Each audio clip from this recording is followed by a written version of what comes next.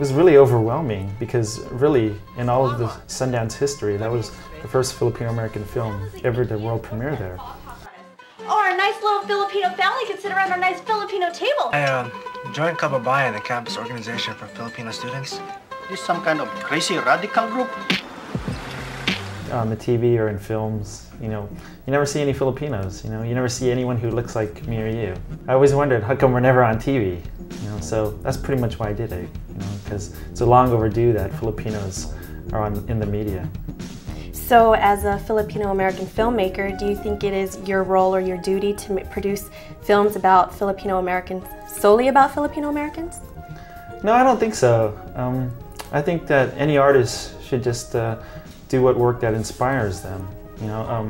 This particular case, I wanted to do a story that addressed Filipino identity. But that's not to say that that's the only type of film that I can make. Born Rodolfo Angeles Pulido Jr. on June 24th in Bellflower, California, Rod was reared into a Filipino family where one ate rice and manopo was the rule with the elders. But popular American black and white culture would soon dominate in his effort to assimilate the moment he stepped out of the family home. Similar to his movie, The Flip Side. So that's pretty much growing up, I really had a self-hate complex. Are you Japanese? Are you Hawaiian? I really hated the fact that, nobody looked like me. Growing up, I was ashamed of their accents, and how they might have dressed, and looking back, it was just really unfortunate that I had to feel that way. When you're trying to assimilate in American culture, a lot of the times we feel that we have to forget about, where we come from. He thinks now that he's a big-ass college shit, we gotta do what he says? Because that's pretty much what Fil-Am kids are going through today.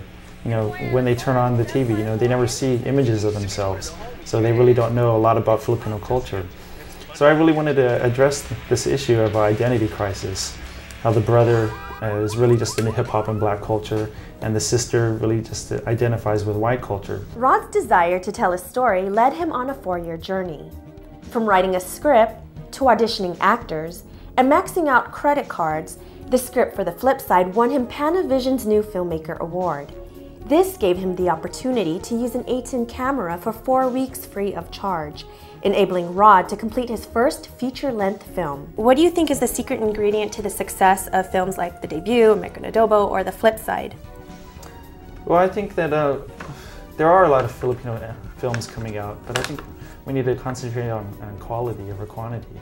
And I really think that just having the love for the filmmaking craft is what is important. Because a lot of people think that you could just pick up a camera, and shoot a film without having any knowledge of the craft. But I really think that if your film has a good story, and you really know how to make a film, then people will come watch it. A typical Hollywood film would cost over $30 million to produce. A typical independent film, $2 million. But this indie flick was so low budget that at $8,000, it dispelled the Hollywood myth that one doesn't need the backing of Hollywood to create a buzz in the film circuit. Even though it is a low budget, it's really the story and the dialogue that keep people interested.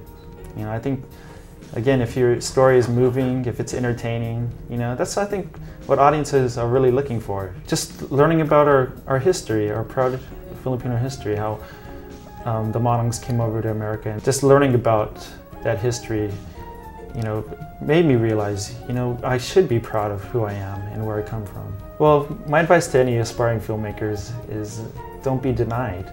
If you put in the work, then it will be rewarded. If you had the desire to tell your stories, then, don't let anyone say that you can't. If I can make a feature film for under $8,000, then anyone out there can do it too. Rod feels he has finally come full circle with his Filipino American identity. The experiences and observations he endured during his childhood days are now memories of the past and fitted for the big screen. His directional path now leads him to tour The Flip Side all across the nation, simultaneously as he writes his next screenplay, Hip Hop Don't Stop. It just explores how in the 80s, how breakdancing became this big fad worldwide. And you know how in hip-hop movies, everybody's pretty good at what they do. The MCs all are good, the DJs are really cool. But this film kind of just explores the wannabes in hip-hop, all the just wanted to be brave. Mommy Pulido in this film? Well, she has to audition like everyone else. You know what, this is just the beginning of film cinema. You know, there's going to be a lot of aspiring filmmakers out there who see these films and hopefully become inspired to make their own film. You know, we're just getting the ball rolling, and you know, hopefully other filmmakers will follow through on that.